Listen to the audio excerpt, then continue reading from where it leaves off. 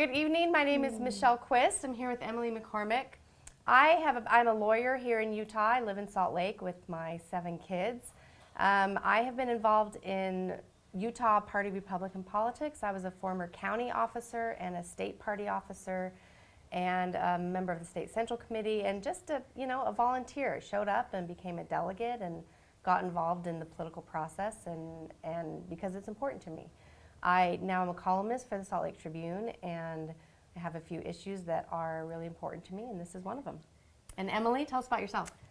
I am Emily Bell McCormick, and I have an organization called the Policy Project where we work on different policies that are important to Utah specifically, but also at the federal level. Right now we're working on one around menstrual equity and making sure that people have equal access to menstrual products. I also have a business where I'm a communication strategist and run that out of Salt Lake City, Utah. Okay, we're so happy to be here tonight with Representative Stephen Andersson from Illinois. And he led the way, he's a Republican who led the way on the ERA amendment there. Yes. So to start out, we just wanted to ask a little bit about what got you interested as a Republican in the ERA. Sure. So it's actually a little bit the reverse of what you might have expected. So I was new to the legislature, newly sworn in, and I got approached by a group called the Illinois Family Institute. Now, the Illinois Family Institute is unfortunately listed with the Southern Poverty Law Center as a hate group. Nonetheless, they came to me and they said, "Oh, you're a Republican. We want you to be aware of this bill. It's a bad bill, and we want you to be aware of it just in case it comes to the floor." And that was the Equal Rights Amendment for the federal Constitution. I said, "Oh, that's interesting. Explain to me why it's bad, because I'm kind of a feminist at heart, always have been. But I'm willing to listen to anyone." And I said, "Why is it bad?" And they went through the reasons, which are not accurate. And unfortunately, some of them were outright lies. So I'm a lawyer by trade, and so I did my own research on it, and I discovered that indeed some of the things that they were saying they weren't just mischaracterizations or half-truths. They were actually lies. Wow. You had to lie to say what they said. And that kind of angered me. Yeah. And I thought about more, talked with my wife, and I said, they may have made a real mistake, because if I see an opportunity, I'm going to run the bill. Yeah. I'm going to take it and I'm going to pass it. And so that was 4 years ago, and then just last year we were able finally to do it. And the key, it had been run in Illinois many, many times over the last 30 plus years.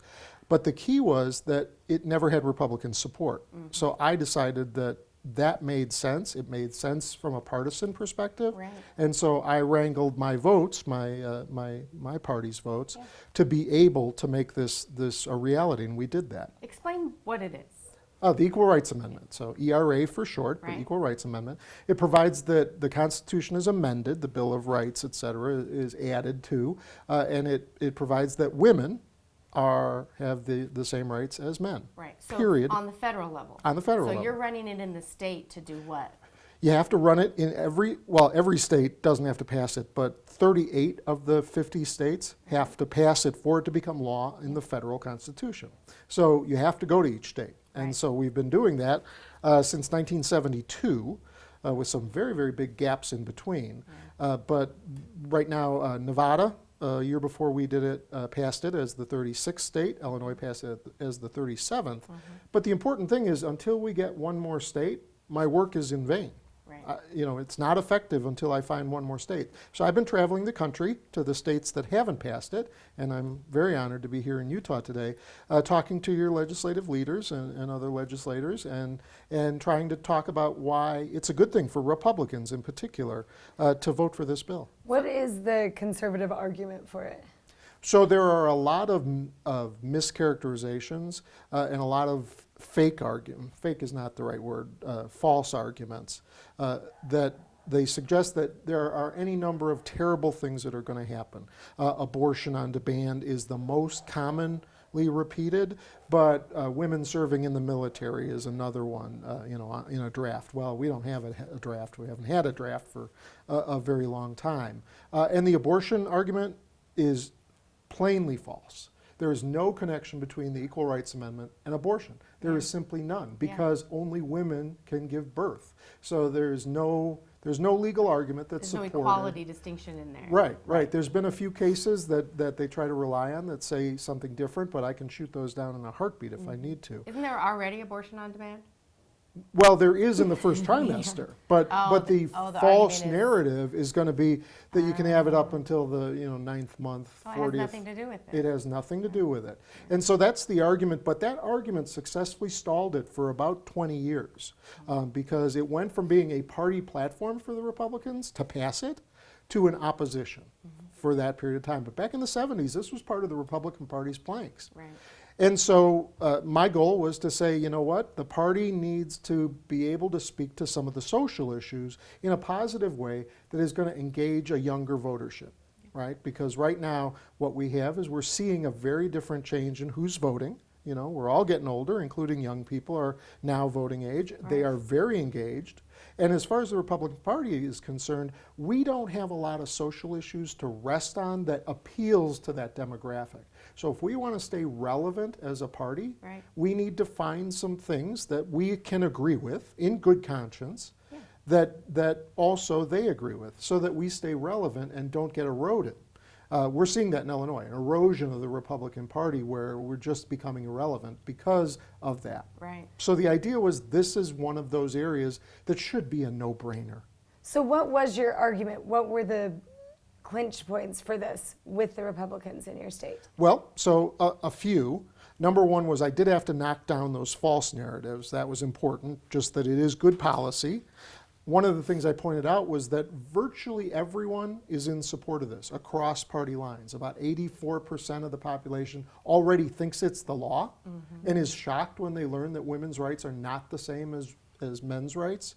And then about 90% when inquired, again, cross party lines, support it. So I really think it would be smart for the Republicans to say, hey, we don't hate women, we really like women, and we support them. We support them. And this is a way to do it with no significant, Backlash. damage or Right. baggage or backlash. So did you tie it to women then? It sounds like that argument kind of stuck and worked in that setting. Yes. Okay. And in particular, we have a lot of swing districts that could easily go Democrat or Republican, and a lot of them were held by Republicans. And so the argument was for those members that this was absolutely critical. That in a district where you have to be moderate, you have to find some social issues to be moderate on. How can giving rights to 50% of the population be bad? And the reality is it's not bad. It was very, very good in that regard. What's your response when they say, well, we don't need it, women are already equal? Sure, and you hear that. In fact, I heard it today because Utah has a very robust equal rights amendment or equal rights. We have the language. The Constitution. language In is your already own- in our Constitution. Right, in your own Constitution. So the question is, well, why do we need it? Two reasons. One is not every state has that. And so if the women of Utah like to travel, like leave the state, you might want those protections when you go to the other states that don't have it. Right. Also, the federal government in Utah doesn't have to honor that either because the federal government is supreme, and so they don't have to honor it either. We believe that this is a national issue, and we think that the entire United States should benefit from the same protections that women have in Utah. And the other beautiful thing about that is you are the evidence, and there are other states as well, but you are the evidence that those really horrible things that people say are going to happen won't. Right. Why? Because they didn't. Right. You've been here, you've had this since, I think someone said 1896, so that's really a long time. That was really progressive. Right. And none of these bad things have happened. None of them. And nowadays, in addition, think about it, some of the things that they were very scared about, gay marriage, women serving in the military, that's all reality. Right. That all exists. So if you're worried about those things, it's over. Right, and that happened Right. without the amendment. Without right? the amendment. That was separate from it. So there's the argument that we don't need it, right? And we've talked about that.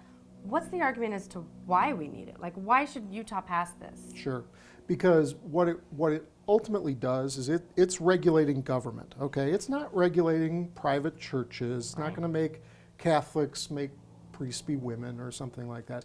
But what is good is when bills are passed in this state or any other state they are subject to what's called strict scrutiny if this passes.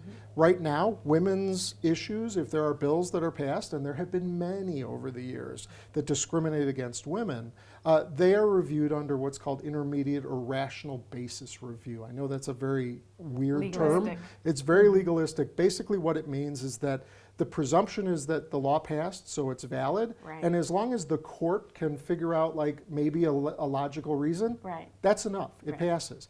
But think about it this way. The strict scrutiny, which is applied to like racial classifications, Right. says, number one, it's presumed invalid because it's doing some race-based classification, and now that would be for women too. Right. So it's presumed invalid, not valid.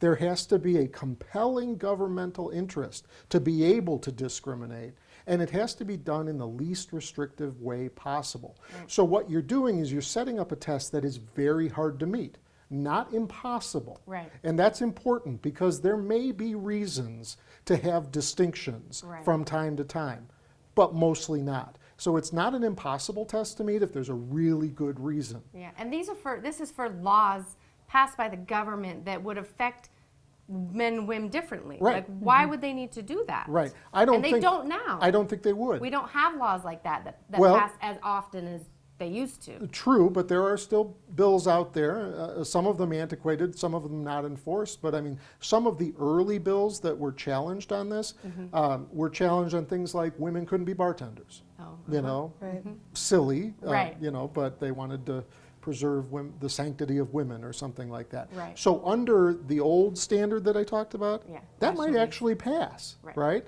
Right. But under the standard that the Equal Rights Amendment gives us, it would never pass. Right. So that's why we need it.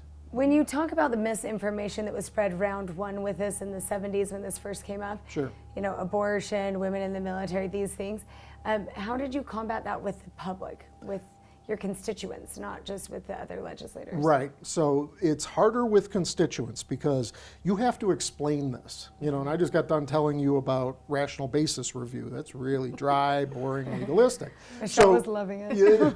you try to stay away from that. You talk about, you know, what it's really doing. And so one of the things that I've always tried to do is be very positive about things. And so talk about the benefits of those protections and how that can help protect people, even if we're not doing it now, even if bills like that aren't passing now, it doesn't mean it won't reverse itself in the future. I mean, we've seen clawbacks on a lot of things in this current administration, particularly in the environmental Right. front. But that's not to say that couldn't go elsewhere. So this protection, this really, really positive thing for women, when it's enshrined in the Constitution, that's a total win because that's not going away. Yeah. You know, all you need is a majority of votes in Congress to repeal, you know, the laws that protect women now. Right. This one is effectively permanent. Right. So that's critical. Is there an effect on business that is concerning? In my opinion, the effect is beneficial. How? And so what we have seen in Illinois is that especially the high-tech startup businesses, they want to attract young people. They want the cutting-edge knowledge and education that is provided by that. So they want to hire those people. Right. Well, those people don't want to live in states where women are not equal, where other classifications are not treated well. They want to live in states where they feel people are treated fairly. Right. So Illinois has already started to experience, just from passing it, even though it's not law until one more state passes it, we have already experienced an uptick in the kind of high-tech industries that are coming to our state because they say, yes, this is the kind of place where our employees would be attracted to and would like to work. You've shown that you have that value. We have that value. You value the equality of women and men. And, Right. And it attracts younger workers. Right, because they want to live in a state that values what they value. Right. Well, so many large corporations now, law firms and, you know, Fortune 500 companies are requiring that their teams be made up, you know, when they outsource, that their teams be made up of equal gender. And Exactly, and that's one of the beautiful things about this is sometimes I'm asked, are you doing this for your daughter? And the answer is actually no. I mean, yes, of Right. course, but I actually say I'm doing it for my son. Now my children are fairly well grown, but let's say someone else's young Yeah. children. I believe the benefit to men is as beneficial as it is to women for doing this, because we are all better as a people when there's that dynamic exchange. Yeah. You know, a room full of old white guys deciding what things are supposed to be, I'm an Right. old white guy, so I can say it, Right. is not going to have the best perspective of what the world really needs. Yeah. It's better when there's people of color in that room. It's better when there's women in that room. It's Right. better when there's LGBTQ community members in there, because now you've got such a diverse group that's brainstorming together. Right. I guarantee you we're coming up with better ideas because of it. So it's better for everybody, not just for women. And the amendment is interesting because it doesn't say women, right? Right, It's sex. gender neutral. Right. It's talking about equality of the sex, right? Indeed, that's right. And did you ever have to use the argument or have the opportunity to use the argument that at some point this could protect men? I haven't had that, but I tell you who did was Ginsburg. Ruth Bader Ginsburg. Yeah. So when she was an ACLU attorney, she was looking to tackle these discriminatory laws. What she found with an all-male Supreme Court, all-white male Supreme Court, was that by doing that, the best way to approach them was find those cases where actually the men were being inadvertently discriminated against. Right. Right. And that's how she started to turn the clock on Right. this. It was a service case. It was a case where he was trying to provide service for a family member who was sick. Right. And you know, was it an employment issue from that or whatever it was? Right. That was. And she found how- others. Yeah, She found that's others. right. So, you know, that was an effective way to do it. So I haven't had to argue that because it is, I try never to mischaracterize. There aren't that many laws anymore that discriminate. But my concern is that I don't know what happens tomorrow. And I want to make sure that what we're doing is the absolute best to protect all the citizens of the United States, not just Utah, not just Right. Illinois, everybody. Right. That's great. Yeah. That's great. Thank you for being here. Oh, it's We're so my glad you're pleasure. here. Thank you. Thank you. It's great, and thank you for inviting me to Utah. You have a wonderful state. Well, congratulations on what you accomplished in Illinois, and I hope we can do it here. Yeah, I do too. I oftentimes tell people that there's two things that I want on my tombstone, so to speak. One of them won't matter to you, but it was the end of the Illinois budget impasse that lasted for 736 days. Oh yeah. Wow. Yeah. And that's not really relevant to Utah. But the second is the ERA. Yeah, absolutely. That's something that I made a difference on. And there's a great quote by Mark Twain, which is, there are two important days in everybody's life. Day one, the day you're born. Two, the reason you find out why. And I think I know why. That's awesome. It's amazing. Well, thank you. Great. Thank Thank you you. so much.